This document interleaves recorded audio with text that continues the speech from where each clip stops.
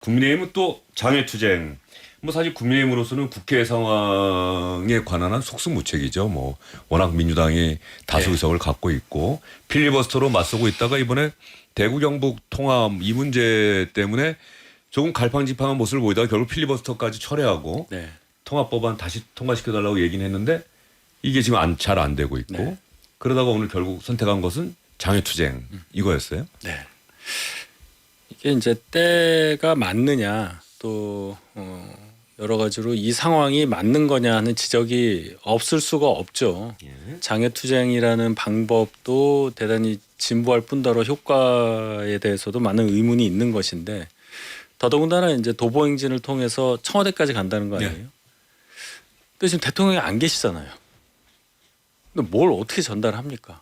그것도 잘 판단을 해서 기획을 하더라도 했어야 하는데 그 점도 아쉽고 그런 모습이 예를 들어 아까 자유한국당 2018년 지방선거 말씀하셨지만 그 당시에도 비슷한 게 있었단 말이에요. 예를 들어 그 직후에 있었던 19년도 황교안 대표 시절에 청와대 근처 그 사랑차라는 곳에서 단식 투쟁하면서 농성했었잖아요. 그 그림을 똑같이 오늘 비슷하게 한단 말이죠. 사랑차 앞에서 기자회견 한다는 거 아니에요. 그러니까 이런 것들이 다 별 효과가 없고 지지자들이 효능감을 느끼기 어려운 방법이기 때문에 장도혁 지도부에서 과연 정무적인 그런 전략 설계를 제대로 하고 있느냐에 대한 지적이 계속 이어지는 것이다. 그리고 왜 법 다 통과된 다음에 이러냐 하는 거가 이제 기본적인 거가 되겠죠. 많이 아쉽습니다. 예, 국민의힘이 당 내부 상황이 먼저 잘 그 상황을 정리를 하고 나서야 국민의힘이 하는 이야기에 국민이 귀를 기울일 수 있는데 내부 상황이 정리가 안 되고 계속 내부 분열, 갈등, 싸움 이러니까 외부로 향하는 국민을 향해 내놓는 메시지에도 국민들 정작 울림이 적다. 야당이 생각하는 것만큼 어떻습니까? 장동현 대표는 한동훈 전 대표가 움직이면 꼭 이런 식의 반응을 보이는 것 같아요. 필리버스터도 하고 이 단식도 하고 이번에 또 장외투쟁까지 하잖아요. 한 전 대표가 무섭긴 무서운 모양이에요. 그 뭔가 좀 약간 뜬금없다는 생각을 안 할 수가 없는 거잖아요. 그러니까 진짜 이게 뭐 헌정 질서 파괴 행위라고 생각하면 그러면은 필리버스터 하기 전에 장외투쟁을 하든가 뭐 당원들을 모아서 대규모 집회를 하든가 뭐 이렇게 해야지 맞는 거지. 법 다 통과되고 난 다음에 거부권 행사하라고 가가지고 지금 장외투쟁하겠다? 이거 뭔가 뜬금없어요. 그러니까 당의 내부 혼란이나 갈등을 바깥으로 돌려서 뭔가 아스팔트 위에서 문제를 풀어보겠다고 하는 것처럼 비춰진다는 거예요. 그리고 국민들이 볼 때 뭐라고 생각할지 모르겠어요. 아니 그 자기가 아직도 윤 어게인 세력하고 절연도 못하는데 이제 계엄을 내란이라고도 못하는 상황 아니겠습니까? 그런데 헌정 질서를 파괴하려고 했던 사람이 윤석열 전 대통령이에요. 장기 독재 꿈꿨다고 해도 윤 전 대통령이 꿈꾼 거거든요. 근데 그걸 그 논리를 갖고 와가지고 절연도 못하면서 이재명 대통령한테 장기 독재를 꿈꾸고 헌정 질서를 무너뜨린다? 국민들이 거기에 지금 일이라도 동의를 하겠습니까? 그냥 장동혁 대표하고 함께하는 윤 어게인 세력만 반응을 보이는 그런 주장을 하고 있다고 봐요. 뭐 최근에 국민의힘이 거리로 나서거나 그러면은 그 윤 어게인 지지하시는 분들이 윤 어게인하고 같이 가야 지방선거 이길 수 있다. 우리하고 헤어지면 지방선거도 질 것이다. 뭐 이렇게 얘기를 한다고 기사에도 제가 보고 그랬는데. 그래서 오늘 도보행진 과정에서도 그러한 분들이 이제 좀 같이 동참을 했나 봐요. 그래서 뭐 성조기 휘두르고 그래서 그거 하지 말라고 이제 당에서 좀 말리고 이런 일들이 있었다는 거죠. 그럼 이제 메시지가 혼탁해지니까 말씀하신 대로 장동혁 대표가 말하고자 하는 바가 전달이 될 리가 없고 그럼 이거 왜 하느냐. 더더군다나 지방선거 90일 남겨놨는데 지금 이 도보투쟁 지방선거 진짜 얼마 안 남았어요. 90일 남았어요. 근데 전국적으로 하겠다는 거거든요. 그러면 어떻게 선거 준비를 합니까? 이게 지방선거인데 당협위원장도 가야 되고 그 다 지역에서 선거 지휘해야 되잖아요. 그래서 이거는 정말 안 맞는데 당에서 말리는 사람이 없는지 장 대표가 아무리 의지가 세더라도 전략적으로 이거는 맞지가 않잖아요. 선거를 앞에 둔 정당에서는. 그 점이 참 의문이에요. 국민의힘이 이렇게 나서니까 민주당은 국민의힘이 사실상 국회 일정 보이콧 거부한 건 아닙니까? 한병도 원내대표가 상당히 강하게 거의 올코트 프레싱이라고 할 정도로 그 강한 압박 전략을 쓰고 있는 것 같은데 민주당 한병도 원내대표 민주당의 생각과 전략은 어떤 겁니까? 그 민주당 입장에서는 국민의힘의 이런 단체적인 움직임이 아프지 않은 것 같아요. 예. 결과적으로 봤을 때 지금 장동혁 대표가 아까 말씀하셨지만 필리버스터를 했고 단식을 했고 이번에 다시 장외 행동을 한다 그랬는데 그때 내건 캐치프레이즈가 뭐였는지 사실 기억하는 사람이 많지는 않을 겁니다.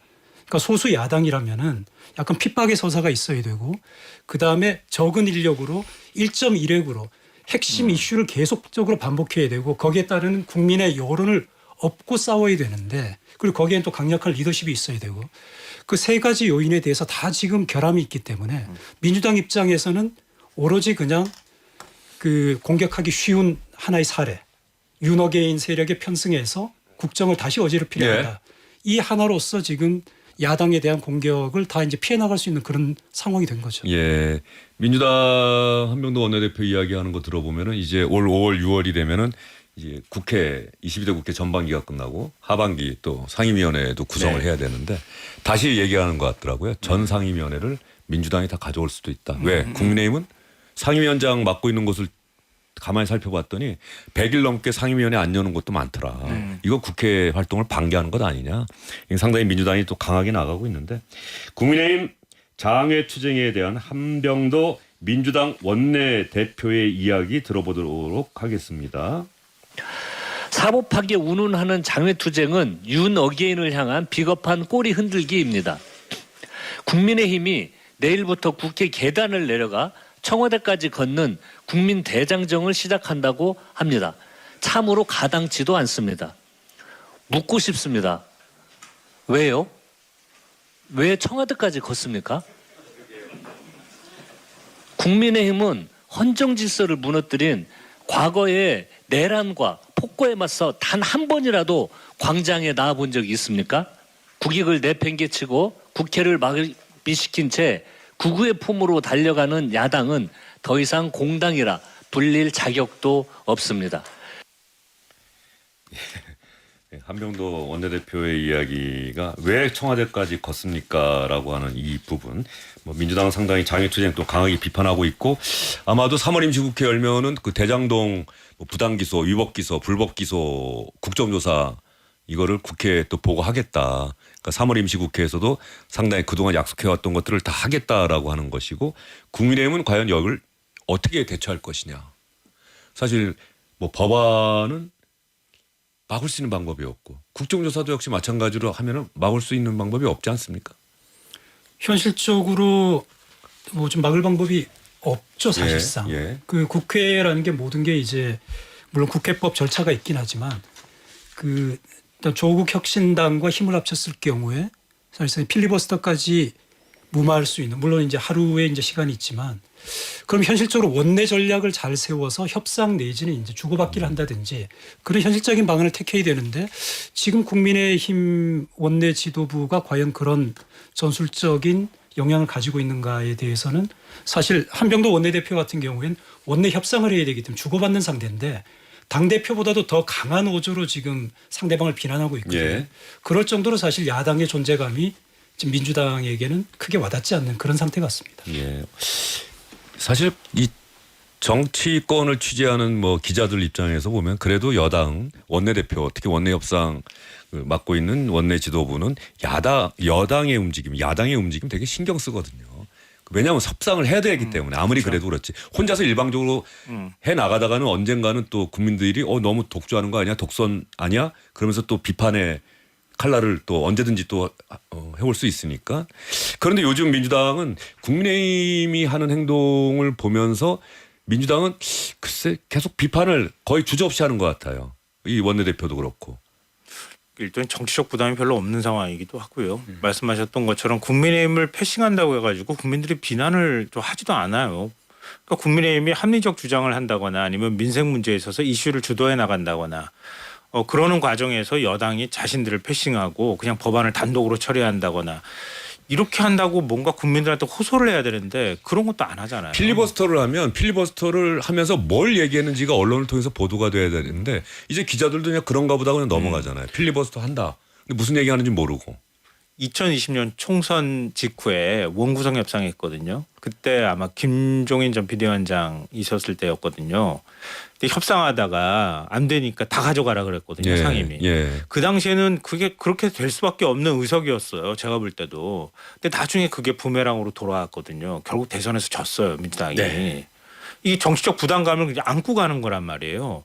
근데 차라리 그렇게 안게 만들어줘야 되는데 그것도 아니고 자신들이 가지고 있는 상임위조차도 지금 안 열겠다고 보이콧을 해버리면은 민주당이 오히려 거꾸로 말하면 그냥 의석수로 밀어붙일 수 있는 명분이 생기잖아요. 오히려 더 자신들을 더 궁지로 몰고 있어요. 그래서 저희 지도부가 그 당내 어떤 분란을 진정시키는데 몰두한 나머지 야당이 할 수 있는 이슈를 자꾸 놓치고 어젠다도 놓치고 뭐 이런 분위기가 있는 거죠. 야당은 여러 주제를 가지고 싸울 수가 없잖아요. 한 주제를 가지고 물고 늘어지면서 그것을 이슈하면서 존재감을 부각해야 되는 건데 계속적으로 지금 이슈가 옮겨가잖아요. 당내 얘기했다가 뭐 특검 하자고 하면서 단식했다가 또 넘어갔다가 이번에 또 뭐 사법 예. 법안 관련해서 또 도보 투쟁하고 이렇게 되면 국민들이 도대체 뭘 가지고 투쟁을 하는 거냐 이런 말씀을 하실 거고 이게 각인이 안 되죠. 가뜩이나 의석수도 적고 한 상황에서 참 아쉬운 게 120석이 안 된다는 것이 이렇게 큰 어떤 곤란을 저희 당이 겪을 수밖에 없게 만드는 거구나. 그 의석수의 그 절대 열세를 절감하는 요즘입니다.